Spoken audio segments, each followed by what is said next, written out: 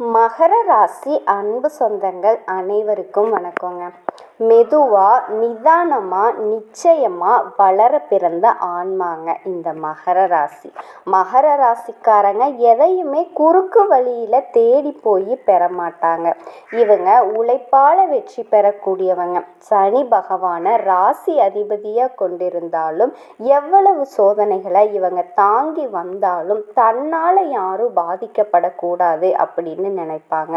தன்னோட கண்ணீரையும் கவலைகளையும் முற்றிலும் மறைக்கணும் அப்படின்னு ஆசைப்படக்கூடியவங்க எப்பவுமே. அதே மாதிரி ஆனால் மற்றவங்க இவங்களை அழுக வச்சு தான் வேடிக்கை பார்ப்பாங்க. அந்த சமயத்தில் எந்த இடம்னு கூட தெரியாமல் அழுதுருவாங்க. மகர ராசி அப்படிங்கிறது ஒரு ராசின்னு சொல்ல முடியாதுங்க. ஒரு படி உயரத்தை அடைய பிறந்த ராசி. மற்ற ராசிக்காரர்களை விட இவங்க ஒரு படி உயர்வாக வச்சு பார்க்கலாங்க. ஓகேங்களா? ஏன்னா குறுக்கு வழியை எப்பவுமே தேட மாட்டாங்க. அப்போ இவங்க தெய்வத்திற்கு நிகரானவங்க இல்லையா? மகரம் அப்படின்னா மலை ஏறக்கூடிய ஆன்மாங்க. இவங்களுடைய ஆரம்ப பயணம் அப்படிங்கிறது கஷ்டம்தாங்க. இப்போ ஒரு மலை உச்சியை நம்ம அடையணும் அப்படின்னா கரடு முரடான மேடு பள்ளத்தில் தானே நம்ம தாண்டுறோம் இல்லையா? அதனால் முடிவு என்ன? உச்சி அங்கேருந்து பார்க்குறப்ப எல்லாருமே குட்டியாக தெரிவாங்க. ஸோ உங்களை அசிங்கப்படுத்துகிறவங்க, அவமானப்படுத்துகிறவங்க, உங்களை கீழே தள்ளி வேடிக்கை பார்க்கணுன்னு நினைக்கிறவங்களாம் ஒரு நாள் உங்கள் காலுக்கு கீழே நிற்பாங்க. ஓகேங்களா? ஏன்னா இந்த ராசிக்காரங்க நல்லவங்க இருந்து இவங்க நல்லவங்களாக இருந்தும் கஷ்டப்படுறாங்க அப்படிங்கிற கேள்விக்கு பதில் என்னன்னா, எதுவுமே இவங்களுக்கு ஈஸியாக வராதுங்க. ஆனால் மற்றவங்க என்ன நினைக்கிறாங்க, இவங்களுக்கு எல்லாமே ஈஸியாக கிடைக்கிற மாதிரி நினைக்கிறாங்க. இன்னும் எல்லாத்துக்கும் மேலே ரொம்ப சந்தோஷமாக பயங்கரமான ஒரு வளர்ச்சியில் வாழ்கிறாங்க அப்படின்னு நினைக்கிறாங்க. ஆனால் இது இவங்களுக்கு மட்டும்தாங்க புரியுதுங்களா? இந்த ராசிக்காரர்களினுடைய ரகசியம் அப்படிங்கிறது ஆழமாக இருக்குதுங்க. சொல்லப்போனால் அந்த பதிவு மகர ராசிக்காரர்களுக்கே அவர்களை பற்றின ஒரு தெளிவான விளக்கத்தை கொடுக்கும்னு சொல்கிறேன்.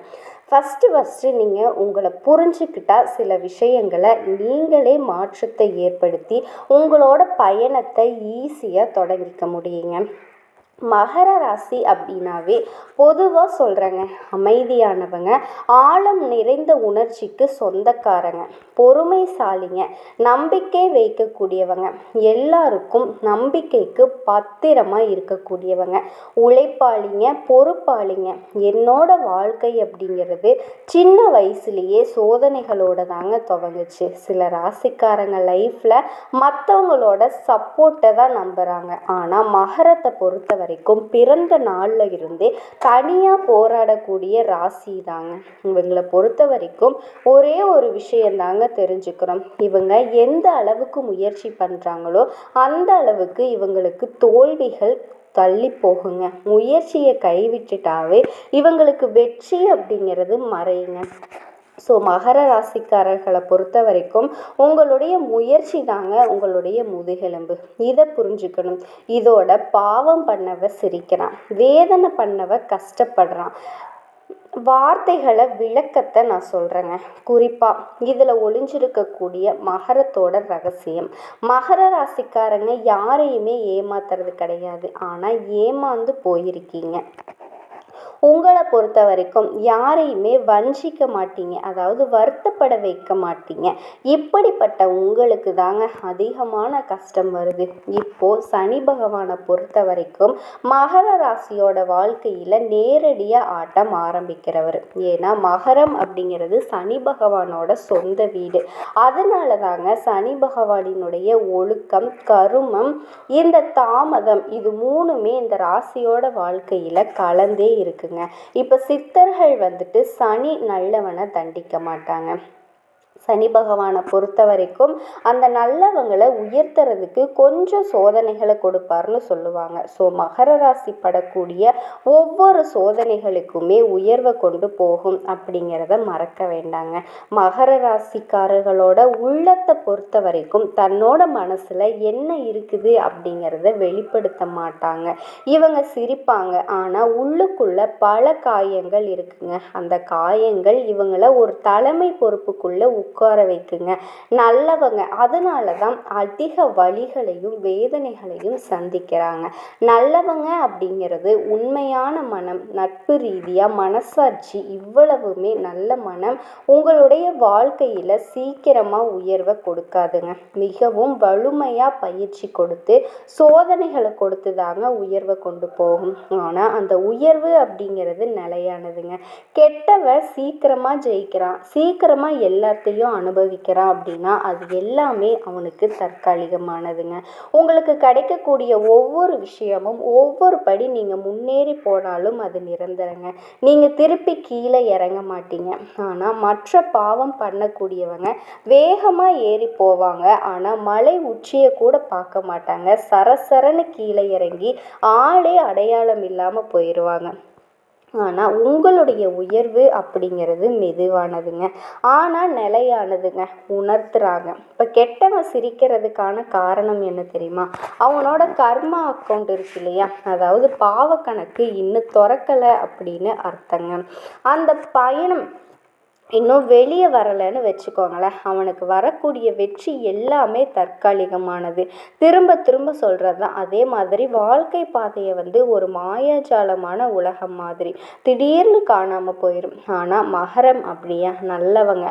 நீங்கள் உள்ளம் தெளிவானவங்க, மனசாட்சிக்கு கட்டுப்பட்டவங்க, தூய்மையான உள்ளம் கொண்டவங்க. அதனால் உங்களுக்கு வெற்றி அப்படிங்கிறது தாமதமாக தாங்க வரும். தாமதமாக வெற்றி அடைவீங்க. ஆனால் அந்த வெற்றி யாராலையுமே உடைக்கவே முடியாதுங்க. அந்த அளவுக்கு ரொம்ப உறுதியாக இருக்கக்கூடியது மகர ராசிக்காரர்களினுடைய வெற்றிங்க. இதை நீங்கள் கண்டிப்பாக தெரிஞ்சு நடந்துக்கணுங்க. இதை சித்தர்கள் என்ன சொல்கிறாங்க தெரியுமா? சனியோட சோதனையை தாங்கினவனுக்கு நிலையான வெற்றியை தெய்வம் கொடுக்கும் அப்படிங்கிறாங்க. ஸோ மகர ராசிக்காரர்களுக்கு பிறவியிலேயே கஷ்டப்பட்டு நீங்கள் வந்துட்டுருக்கீங்க. உங்களுக்கு தெய்வ அனுக்கிரகம் கூடவே இருக்குங்க. நீங்கள் ஒவ்வொரு கஷ்டமத்தை கடந்து வரும்போதும் எங்கேயாச்சும் அப்படியே முடிஞ்சிட்டிங்களா வாழ்க்கையை? அது தானாக வந்த சோதனையில் மற்றவங்களால அவங்களுக்கு வந்த சோதனையோ கஷ்டமோ கவலையோ கண்ணீரோ தனியாக ஃபேஸ் பண்ணியிருக்கேன். அதை ஃபேஸ் பண்ணுற தைரியத்தை யார் கொடுத்தா? அதை தாண்டி வரக்கூடிய அடுத்த விஷயத்தை பற்றி யோசிக்கக்கூடிய அமைப்பை யார் கொடுத்தா? தெய்வம் கொடுத்துச்சு. நீ எதுக்கோ பயப்படாத, ஃபஸ்ட்டு நீ உன்னை புரிஞ்சுக்கோ. தெய்வம் உனக்கு துணை இருக்குது. மனுஷ மக்களோட துணை உனக்கு வேண்டாம். அது மண்ணுக்கு சமம். அது ஒன்றுக்குமே பிரயோஜனம் கிடையாது. மண் அப்படிங்கிறது ஏன் சொல்கிறேன்னா, அதில் எது போட்டாலுமே அது மக்கிரும், சரிங்களா? அந்த மாதிரி தான். ஆனால் உங்களுடைய உழைப்பு அப்படிங்கிறது உயர்வை கொண்டு போகக்கூடிய விஷயம். மகர ராசிக்காரங்க ரொம்ப ரொம்ப நல்லவங்க. அவங்களுடைய உழைப்பு அப்படிங்கிற ஒரு விஷயத்தை யாராலையுமே தடுக்கவே முடியாதுங்க. அந்த அளவுக்கு ரொம்ப உறுதியானவங்க, தைரியமானவங்க, தன்னம்பிக்கையானவங்க. மகர ராசிக்காரங்க எப்போவுமே உழைப்பால் மட்டும்தான் உயரணும் அப்படின்னு நினச்சிக்கிட்டு இருக்கக்கூடியவங்க. மகர ராசிக்காரர் இப்போ நான் ரொம்ப நாளாக வேலை தேடிக்கிட்டு இருக்கேன், எனக்கு ஒரு வேலையே கிடைக்கல அப்படின்னு சொல்லிக்கிட்டு இருந்த உங்களுக்கு ஒரு நிரந்தரமான ஒரு வேலை கிடைக்கக்கூடிய அமைப்பு ஒன்று கிடச்சிருக்குதுங்க. அதே மாதிரி எந்த ஒரு விஷயத்தையும் தைரியத்தோடையும் தன்னம்பிக்கையோடையும் எதிர்த்து போட்டிட்டீங்க அப்படின்னா கண்டிப்பாக உங்களுக்கு வெற்றி நிச்சயங்க. நான் போகாத கோவில் இல்லை, பார்க்காத சாமி இல்லை, பார்க்காத ஹாஸ்பிட்டல் இல்லை அப்படின்னு ஏங்கிக்கிட்டு இருந்து ஆனாலும் எனக்கு குழந்தை பாக்கியம் அப்படிங்கிற ஒன்று கிடைக்கவே இல்லை அப்படின்னு ஏங்கிக்கிட்டு இருந்த உங்களுக்கு இந்த காலகட்டத்தில் குழந்தை பாக்கியம் கிடைக்கக்கூடிய வாய்ப்பு இருக்குதுங்க. அதே மாதிரி வெளியூர் செல்ல நினைச்சு பாஸ்போர்ட்லாம் அப்ளை பண்ணிட்டு அந்த வாய்ப்புக்காக காத்துக்கிட்டு இருக்கக்கூடிய மகர ராசிக்காரர்களுக்கு இப்போ அந்த வாய்ப்புகள் எல்லாமே கிடைக்கிறதுக்கான நேரம் வந்துருச்சுங்க. நீங்கள் எதிர்பார்த்த அத்தனை நல்ல விஷயங்களுமே இந்த காலகட்டத்தில் கடவுளினோட ஆசீர்வாதத்தினால உங்களுக்கு கிடைக்க போகுதுங்க. அதே மாதிரி நான் ரொம்ப நாளாக நான் ஒரு இடத்துல வேலை பார்க்குறேன், ஆனால் எனக்கு எந்த ஒரு ப்ரமோஷன் அந்த மாதிரி எதுவுமே எனக்கு கிடைக்கல அப்படின்னு நினச்சிட்டு இருந்த உங்களுக்கு நீங்கள் செய்யக்கூடிய வேலைக்கு தகுந்த மாதிரி சம்பள உயர்வு, ஊதிய உயர்வு இது எல்லாமே கிடைக்க போகுதுங்க. அதே மாதிரி திருமண தடை, நான் ரொம்ப நாளாக வரன் பார்த்துக்கிட்டு இருக்கோம், ஆனால் எங்களுக்கு எந்த ஒரு நல்ல வரனுமே கிடைக்கல அப்படின்னு சொல்லிட்டு இருந்த மகர ராசிக்காரர்களுக்கு இப்போது திருமணம் நல்லபடியாக மனசுக்கு பிடிச்ச மாதிரி அமைய போகுதுங்க. நீங்கள் எதிர்பார்த்த வாழ்க்கையை வாழக்கூடிய நாட்களும் வந்துருச்சுங்க. காதல் உறவு எல்லாமே இப்போ கைகூடி வரக்கூடிய நேரம் வந்துருச்சுங்க. இப்போ காதல் திருமணம் எல்லாத்தையுமே வீட்டில் சொல்லக்கூடிய அமைப்பு இப்போ இருக்குதுங்க. இந்த காலகட்டங்களில் நீங்கள் செஞ்சீங்க அப்படின்னா கண்டிப்பாக மகர ராசிக்காரர்களுக்கு ஒரு வாய்ப்பாக அமையும் அப்படிங்கிறதுல எந்த ஒரு மாற்றமும் இல்லைங்க. விநாயக பெருமானை மனசார வழிபடுங்க. உங்களுடைய சொந்த வீடான சனி பகவானை எப்போவுமே மனசில் நினச்சிக்கிட்டு நல்லது மட்டுமே நினச்சிட்டு இருந்தீங்க அப்படின்னா கடவுளோட ஆசீர்வாதத்தினாலேயும் அனுக்கிரகத்தினாலேயும் உங்களுக்கு நல்ல ஒரு வாழ்க்கை அமையும் அப்படிங்கிறதுல எந்த ஒரு மாற்று கருத்துமே இல்லைங்க. மகர ராசிக்காரர்களுடைய மனசுக்கு எப்போவுமே நல்லது மட்டும்தாங்க நடக்கும். நீங்கள் நல்ல அப்படின்னா கடவுள் உங்களுக்கு எந்த விதமான வேதனையையும் சோதனையையும் கொடுக்க மாட்டாரு அப்படிங்கிறதுல எந்த ஒரு மாற்று கருத்துமே இல்லைங்க. நீடித்த செல்வமும் நிலைத்த புகழும் பெற்று நீடூடி வாழுவீங்க. உழைப்பால உயரும் உத்தமர்களாக வாழக்கூடிய பொறுமையும் நேர்மையும் உங்களுடைய பலங்க. நீங்கள் ஒரு வேலை எடுத்துக்கிட்டால் அந்த வேலையை சிறப்பாக செஞ்சு முடிக்கிற வரைக்கும் பின்வாங்க மாட்டீங்க. வரவிற்கேற்ப செலவு செய்யக்கூடிய பழக்கம் கொண்டவங்க, திட்டமிடுறதில் வல்லவங்க, மற்றவங்களினுடைய வாழ்க்கை சூழ்ச்சி வலையில் அவ்வளவு சீக்கிரமாக சேர்க்க மாட்டீங்க. எப்போவுமே விழிப்புணர்வோடு இருக்கக்கூடியவங்க, யாரையும் ஈஸியாக நம்ப மாட்டீங்க. ஆனால் நம்பிக்கை வச்சுட்டா அந்த நம்பிக்கையிலிருந்து கடைசி வரைக்கும் பின்வாங்க மாட்டீங்க. உங்களை பெரும்பாலான மகர ராசிக்காரங்க இளமை காலத்தில் ரொம்ப கஷ்டத்தில் கழிச்சிருப்பீங்க. ஆனால் மத்திய வயதிலிருந்து உங்களுக்கு ஏற்றம் உண்டாகுதுங்க. இப்போ நீங்கள் எந்த வயசில் இருக்கீங்க அதை கண்டிப்பாக கமெண்ட் பாக்ஸில் சொல்லுங்கள். ஒருவேளை நீங்கள் ரொம்ப இளமையான மகர ராசிக்காரர்களாக இருக்கீங்க அப்படின்னா, கஷ்டமாக இருக்குது அப்படின்னா நீங்கள் இதை வச்சு தெரிஞ்சுக்கலாங்க. ஸோ ஒரு மத்திய வயதிலிருந்து தான் நமக்கு முன்னேற்றம் வரும். ஆனால் அப்போ இருந்து உங்களுக்கு இரக்கம் வராதுங்க. கஷ்டப்பட மாட்டீங்க, முன்னேறிக்கிட்டே தான் இருப்பீங்க. ஸோ அந்த முன்னேறதுக்கான அடித்தளம் தான் நீங்கள் இளமை காலத்தில் கஷ்டப்பட்டது. இதை புரிஞ்சுக்கோங்க, சரிங்களா? இப்போது இந்த பதிவு எதுக்கு அப்படின்னா, குருவினோட அதிசார பயிற்சி அப்படிங்கிறது மகர ராசிக்காரர்களுக்கு எப்படிப்பட்ட பலன்களை கொடுக்கும் அப்படின்னு சொல்கிறாங்க. குருவோட பார்வையால் மகர ராசிக்காரர்களுக்கு தொட்டது எல்லாமே தொடங்க போகுதுங்க. நீங்கள் தொட்டது எல்லாமே பொன்னாக மாறக்கூடிய காலம் அப்படின்னு சொல்லலாம். அப்படி என்னமா இந்த அதிசார குரு பயிற்சி எங்களுக்கு நல்லது நடக்க போகுது? பொதுவாக குருவை பொறுத்த வரைக்கும் ஒரு ராசியில் 12 மாதங்கள் பயணம் பண்ணக்கூடியவர், அதாவது ஒரு வருஷத்துக்கு ஒரு தடவை இடம் மாறக்கூடியவர். அதே மாதிரி இவர் பார்த்தீங்கன்னா இவர் கொடுக்கக்கூடிய பலன்களுமே மெதுவாக தாங்க பலன் கொடுப்பார். ஆனால் நிலையான வளர்ச்சியை கொடுப்பார், நிலையான பலன்களை கொடுக்கக்கூடியவர், நல்லதை மட்டுமே செய்யக்கூடியவர், முடிஞ்சால் நல்லது செய்வார், இல்லையா அமைதியாக வேடிக்கை பார்க்கக்கூடியவர். இதுதான் இவரோட குணம். நாள் வரைக்கும் மகரத்திற்கு குருவால் எதுவுமே பெருசாக சப்போர்ட் பண்ண முடியல. ஸோ அதனால் வருத்தப்பட்ட குரு பகவான் இந்த அதிசார காலத்தில் குடுகுடுன்னு ஓடி போய் கடகராசியில் உட்கார்ந்து உச்சம் பெறக்கூடிய இந்த 48 நாட்களில் நம்மளுடைய மகர ராசிக்காரர்களுக்கு சிறப்பான பலன்களை கொடுக்க தயாராகிட்டாருங்க. ஆல்ரெடி உங்களுக்கு தொடங்கிருச்சு. அதே மாதிரி உங்களுக்கு நிறைய விஷயங்கள் உங்கள் ராசியையும் 3ஆம் வீடு மற்றும் லாபஸ்தானத்தையும் குரு பார்க்கறதுனால சகல விதங்களிலும் லாபமும் ஆதாயமும் உண்டாக போகுதுங்க. புதிய புதிய பதவிகள், உயர்வுகள், பொறுப்புகள் எல்லாமே உங்களை சேரப்போகுது. தொட்டது எல்லாமே துலங்கும் காலம். இப்போ என்ன ஏதுங்கிறத பார்க்கலாமா? குரு அப்படின்னாவே நாங்கள் ஜோதிட ரீதியாக உங்களை போன்ற ஜோதிடர் எங்களை போன்ற ஜோதிடர் என்ன சொல்லுவோம் அப்படின்னா, அதிக மதிப்பெண்களை கொண்டவர், மங்களகாரகன், சுபக்கிரகம். நீங்கள் ஏதாவது நல்ல காரியங்கள் செய்யணும், நேரங்காலம் குறித்து கொடுங்க அப்படின்னு வந்தாலே முதல்ல குரு பகவானினுடைய பார்வை உங்களுக்கு எங்கெங்கே விழுகுது அப்படிங்கிறது தான் ஃபஸ்ட்டு பார்ப்போம். இல்லைப்பா ரொம்ப கஷ்டமாக இருக்குது, என்னன்னே தெரியல, எல்லாமே தடைப்பட்டு போகுதுன்னு ஒருத்தவங்க ஜாதகத்தை கொண்டுட்டு வந்தாலுமே குருவோட பார்வை என்ன பண்ணுது இதுதான் பார்ப்போம். இதில் குரு எங்கே இருக்கார் அப்படிங்கிறதையும் பார்ப்போம். ஆனால் ஒரு விஷயம் தெரிஞ்சுக்கோங்க, குரு என்னதான் சுபக்கிரகமாக இருந்தாலும் அவருடைய பார்வைக்கு தாங்க பலன் உண்டு.